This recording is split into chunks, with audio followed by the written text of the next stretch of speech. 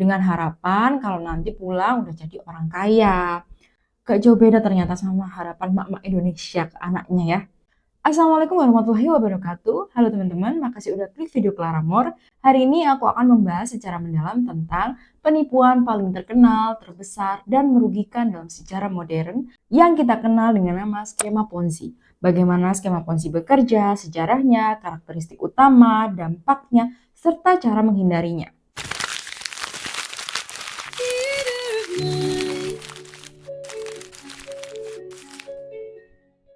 Skema Ponzi adalah salah satu bentuk penipuan keuangan paling terkenal dan merusak dalam sejarah modern.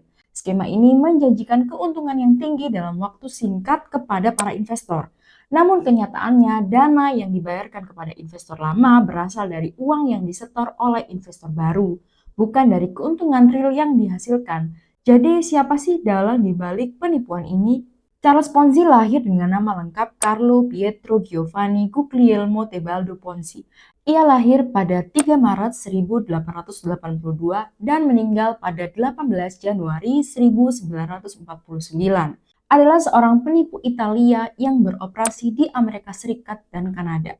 Si Charles ini memiliki banyak nama alias, termasuk di antaranya Charles Ponzi, Charles Ponci, Carlo, Benny Bronco, dan Charles P. Bianchi.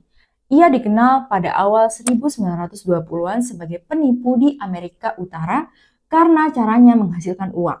Ia menjanjikan klien keuntungan 50% dalam 45 hari atau keuntungan 100% dalam 90 hari. Kenyataannya, Ponzi membayar investor sebelumnya ini menggunakan investasi investor kemudian. Kalian bingung kan gimana maksudnya? Sabar, nanti aku akan jelaskan di detailnya. Lanjut. Skema ini menjadi sangat identik dengannya sehingga sekarang disebut sebagai skema Ponzi. Skema Ponzi ini berjalan selama lebih dari setahun sebelum runtuh, merugikan para investornya sebesar 20 juta dolar. Diduga Charles Ponzi ini melakukan skema bisnisnya terinspirasi oleh skema William W. Miller yang juga dikenal sebagai 520% Miller, seorang pemegang buku Brooklyn yang pada tahun 1899 menggunakan cara penipuan serupa untuk mengambil 1 juta dolar atau sekitar 35 juta dolar jika dikurskan pada tahun 2022. Charles Ponzi ini lahir di Lugo, Emilia Romagna, Kerajaan Italia pada tanggal 3 Maret 1882. Ia pernah mengatakan kepada The New York Times bahwa ia berasal dari sebuah keluarga di Parma. Nenek moyangnya berkecukupan dan ibunya terus menggunakan gelar Donna. Jadi buat yang belum tahu, Donna itu marga keluarga bangsawan di Italia gitu. Tetapi keluarganya kemudian mengalami masa-masa sulit dan tidak memiliki banyak uang. Ponzi sempat mengambil pekerjaan sebagai pekerja pos pada awalnya. Tetapi karena dia termasuk pelajar yang cukup pintar, tidak lama kemudian dia diterima di Universitas Roma La Sapienza. Pada masa-masa kuliahnya ini, teman-teman Ponzi yang lebih kaya menganggap universitas itu sebagai liburan 4 tahun gitu loh. Karena pada dasarnya mereka yang sudah terlahir kaya tidak menganggap kegiatan berkuliah ini sebagai kegiatan yang serius. Dan akhirnya si Ponzi ini sedikit-sedikit terbawa arus dan cenderung mengikuti teman-temannya ke bar, kafe, dan opera. Hal ini akhirnya mengakibatkan Ponzi menghabiskan semua uangnya. Dan 4 tahun kemudian ia bangkrut dan bahkan tidak memiliki gelar karena tidak berhasil menyelesaikan kuliahnya. Selama waktu keterpurukannya, bersamaan juga banyaknya anak laki-laki di Italia bermigrasi ke Amerika Serikat dan kembali pulang ke Italia itu sebagai orang-orang kaya. Hal ini membuat keluarga Ponzi mendorongnya untuk melakukan hal yang sama dengan tujuan mengembalikan keluarganya ke status sosial ekonomi sebelumnya. Jadi Ponzi ini pokoknya disuruh merantau gitu loh ya. Dengan harapan kalau nanti pulang udah jadi orang kaya. Gak jauh beda ternyata sama harapan mak-mak Indonesia ke anaknya ya. Kita lanjut ya ke skema Ponzi yang tadi aku bilang mau jelaskan nih dengan detailnya. Skema Ponzi adalah bentuk investasi palsu di mana keuntungan yang dijanjikan kepada investor dibayarkan menggunakan uang dari investor baru, bukan dari keuntungan sah yang dihasilkan oleh kegiatan bisnis atau investasi yang sah. Nama skema inilah yang diciptakan oleh Charles Ponzi pada saat dia merantau ke Amerika pada tahun 1920. Skemanya ini menjadi terkenal karena berhasil menipu ribuan investor di Amerika Serikat, yang mana keuntungan investor lama diambilkan dari duit investor baru yang mereka rekrut dalam bisnis ini, bukan hasil real yang didapat dari keuntungan penjualan bisnisnya.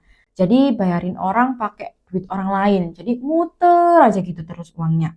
Ciri khas dari skema Ponzi adalah aliran uang yang bersifat melingkar dan bergantung pada arus masuk dana baru.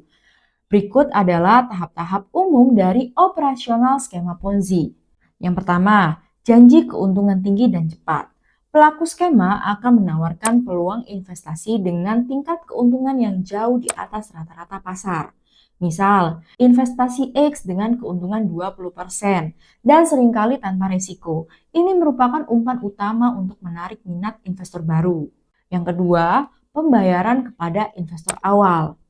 Untuk membangun reputasi dan kepercayaan, pelaku akan membayar keuntungan kepada investor awal sesuai janji. Namun, pembayaran ini bukan berasal dari hasil investasi nyata, melainkan dari uang investor yang baru aja bergabung. Ketiga, pemasaran dari mulut ke mulut.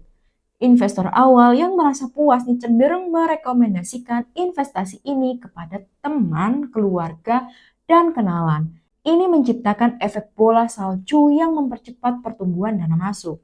Nah, karena ada pembayaran yang pasti di awal itu tadi, circle sekitar korban akan percaya nih karena minimal sudah ada bukti konkret pembayaran. Keempat, kehancuran tak terhindarkan. Karena tidak ada kegiatan bisnis yang menghasilkan keuntungan nyata, skema ini membutuhkan aliran dana baru yang terus-menerus. Ketika jumlah investor baru menurun atau terlalu banyak investor menarik dananya secara bersamaan, skema ini pun runtuh. Walaupun penipuan jenis ini sudah ada sebelum Charles Ponzi, ini menjadi figur paling ikonik karena keberhasilan awal dan skala besar dari hasil penipuannya. Pada tahun 1919 hingga 1920, Ponzi menjanjikan keuntungan 50% dalam 45 hari kepada investor yang menanamkan uang dalam bisnis perdagangan kupon investasi. Dalam waktu kurang dari setahun, ia berhasil mengumpulkan sekitar 15 juta dolar, lebih dari 40.000 investor. Jumlah yang sangat besar pada masa itu. Namun, penyelidikan oleh media dan otoritas akhirnya mengungkapkan bahwa tidak ada aktivitas perdagangan nyata. Ponzi ditangkap dan para investornya kehilangan sebagian besar uang mereka. Salah satu kasus skema Ponzi yang baru-baru ini terjadi dan terbesar dalam sejarah modern adalah penipuan yang dilakukan oleh Bernard L. Madoff. Madoff ini adalah mantan ketua Nasdaq dan pemilik firma investasi Madoff Investment Securities. Selama lebih dari 2 dekade, ia menjalankan skema Ponzi terbesar dan berhasil mengumpulkan sekitar 65 miliar dolar dari investor di seluruh dunia. Madoff ini menipu ribuan investor, termasuk yayasan amal, lembaga keuangan besar, dan individu kaya. Ia dijatuhi hukuman 150 tahun penjara pada tahun 2009. Kasus ini memperlihatkan bahwa kalangan profesional sekalipun tuh dapat tertipu jika tidak berhati-hati. Ciri-ciri umum skema Ponzi. Untuk mengenali dan menghindari skema Ponzi, ini berikut adalah beberapa tanda peringatan nih guys. 1. Janji keuntungan tetap dan tinggi. Semua investasi itu memiliki risiko. Jika ada pihak yang menjanjikan keuntungan besar secara konsisten tanpa risiko, itu perlu dicurigai.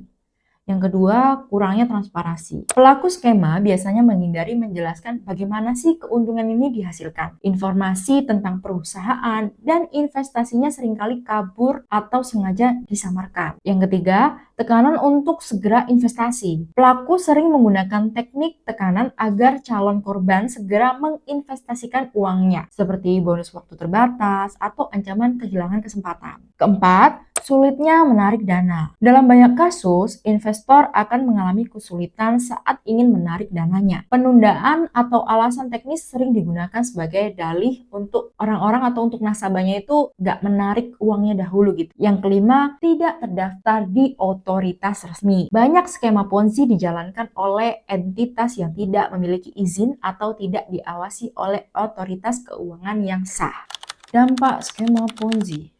Skema Ponzi ini tidak hanya menyebabkan kerugian finansial, tapi juga menimbulkan dampak sosial, emosional, dan psikologis yang mendalam. Korban seringkali merasa malu, marah, dan terkhianati nih, apalagi bila mereka kehilangan dana pensiun, tabungan hidup, atau uang dari lembaga sosial dan keagamaan. Selain itu, skema ini dapat mengguncang stabilitas ekonomi lokal, menurunkan kepercayaan masyarakat terhadap sistem keuangan, serta merusak reputasi lembaga atau individu yang secara tidak langsung terlibat. Regulasi dan pencegahan. Banyak negara telah memperkuat regulasi dan pengawasan keuangan untuk mencegah dan mendeteksi adanya skema Ponzi. Di Indonesia sendiri misalnya, Otoritas Jasa Keuangan atau OJK dan Satgas Waspada Investasi aktif memberikan edukasi serta menindak entitas ilegal yang menawarkan investasi bodong. Beberapa langkah pencegahan yang dapat kalian ambil jika ingin berinvestasi nih. Yang pertama, verifikasi legalitas perusahaan melalui OJK atau otoritas setempat. Yang kedua, mengecek rekam jejak pelaku investasi. Yang ketiga, menghindari tawaran yang terdengar terlalu bagus untuk menjadi kenyataan. Dan yang terakhir, berkonsultasi dengan penasehat keuangan terpercaya sebelum melakukan investasi besar.